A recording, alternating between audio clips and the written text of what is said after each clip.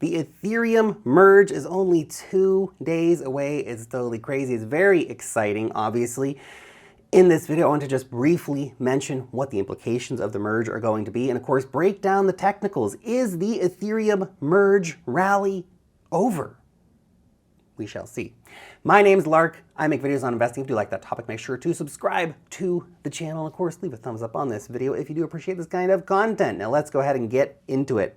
It's crazy to think that it's almost here. 2 days till the Ethereum merge. This is something we've all been waiting for years to happen. If you're an Ethereum holder, you've been waiting for us for a very, very long time. And it's exciting that it's finally happening. The Ethereum merge, it's going to happen. We're going to go to proof of stake. It's a damn big deal for the market.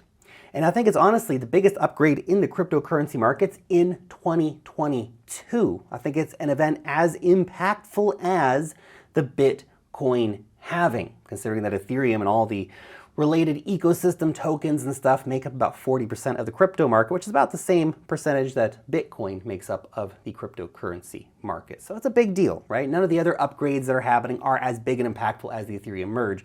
Yeah, we have the Cardano Vassal hard fork happening on the 22nd. We've got a big EOS hard fork happening on the 21st, and we may be getting news about Cosmos 2.0 happening on September 28th, but none of that stuff is nearly as big as Ethereum. It's all cool, great for those protocols as well, but Ethereum, the merge, it's happening, guys.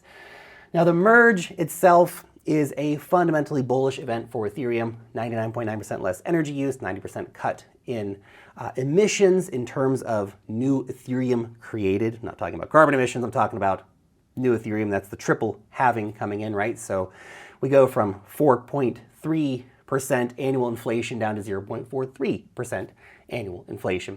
We also are likely going to go deflationary because of the impact of EIP 1559. This is the burning mechanism that was implemented last year. We also have just a fundamentally bullish change in economics compared to proof of work, where miners mine and dump. We are going to have stakers likely staking and restaking.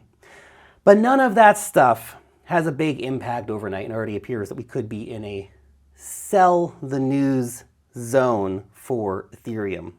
Breaking down the charts here for you in just a moment. But if you don't have an account yet over at Bybit, you need to get yourselves one. It is the best place for trading Ethereum, Bitcoin, Matic, all of the top coins. You can also benefit from their spot markets. One of the biggest spot markets in the world actually has 0% trading fees right now. And if you use the link down below in the description, you also get 0% market maker fees, as well as up to $4,450 in deposit bonuses. Thank you in advance for using that link and supporting the channel. Now, let's have a look at Ethereum. So, the Ethereum merge rally, is it over? Well, potentially.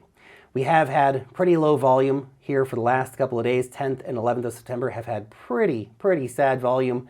We did see, of course, after that, the sell-off come in. Ethereum almost got to $1,800 before faltering down, losing the 100-week exponential moving average, although we are just sitting above it right now at the time of recording this video. But if you compare that kind of volume with the volume that we had, for example, back here when I keep saying Bitcoin, when Ethereum got up to almost $2,000, well, we had much bigger volume back then. That was kind of the Ethereum rally merge, and it's kind of largely finished, although we are getting this second rally now up to $1,800 that we had.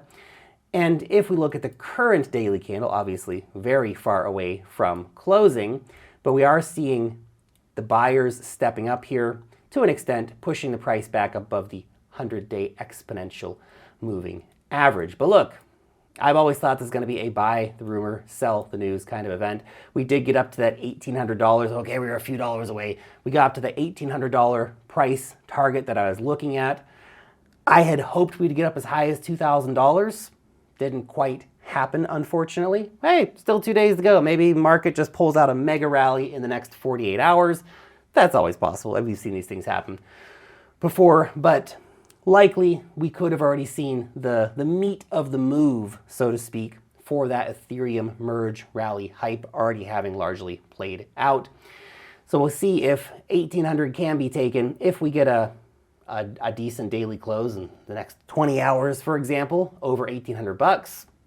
hey, maybe we do push it up to $2,000 before we see the inevitable sell the news reversal coming in. Now, if you are looking to add more to your spot positions, 1,250 becomes the next major area of price support moving down.